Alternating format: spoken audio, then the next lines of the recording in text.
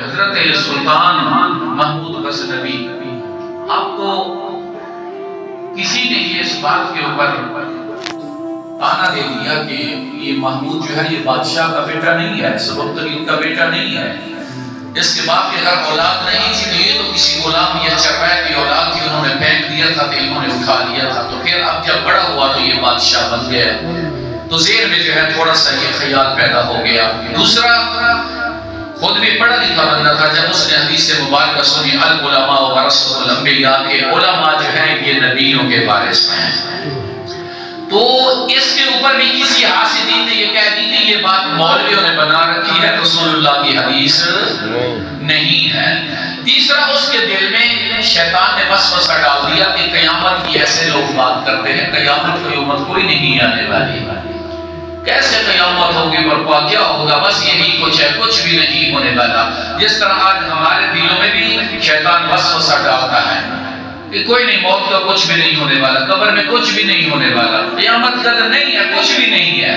اسی طرح آپ کے ذہن میں بھی وسوسہ آ گیا۔ ایک رات جو ہے بعد گشت کو نکلے، جب لوگ سو جایا کرتے تھے، یہ بات میں پہلے بھی غالباً سنا چکا ہوں،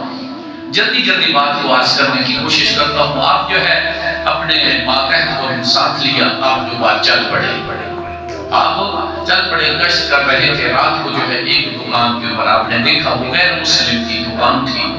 تو اس کے اوپر جو ہے ایک لالٹین سمجھتے ہیں نا، ٹارچ لائٹ سمجھ لیں، دیا سمجھ لیں، تو وہ جو ہے اس کے اوپر جل رہا تھا۔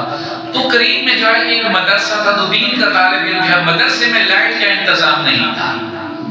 یہ اکثر ہوتا ہے کہ دنیا داروں کی جگہوں پر ہر چیز کی ارینجمنٹ ہوتی ہے، مدرسے والوں کے لیے کچھ بھی نہیں ہوتا،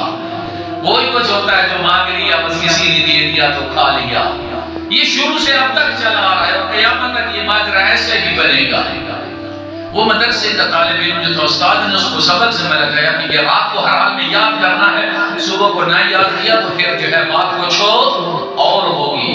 وہ دین کا طالب علم تھا، استاد نے تنقید دیا، اس نے صاحب ظاہر سبق کو یاد کرنا تھا، رسول اللہ کی حدیث کا طالب علم تھا، پڑھنا تھا، تو وہ کیا کرتا ہے، اب لائٹ تو ہے نہیں، سبق کہاں یاد کرے،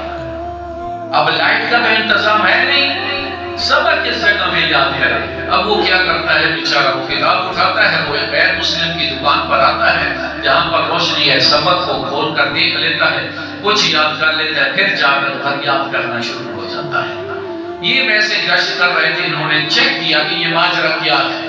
یہ دین کا طالب علم کچھ اور کام کے لیے آتا ہے اس غیر مسلم کی دکان پر، یہ ماجرا کیا ہے۔ تو جب آپ نے چیک کیا کہ یہ تو بیچارہ لائٹ کی وجہ سے پریشان ہے، لائٹ کا اس کے پاس انتظام ہے نہیں، تو لہٰذا یہ تو اس وجہ سے اس کے دل میں ترس آیا محمود غزنوی کے، اس نے اپنے ماتحت کو کہا، اس نے کہا یار گشت تو جتنا کرنا تھا کر لیا،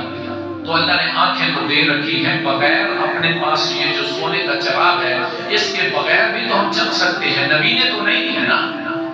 ہم چل تو پھر بھی سکتے ہیں نا، اگر یہ بوجھ بھی جائے۔ تو اس زمانے میں جو لاٹین وغیرہ ہوا کرتے تھے، اب بادشاہ کا لاٹین سونے کا تھا، وہ عام تو تھا نہیں نا، وہ جو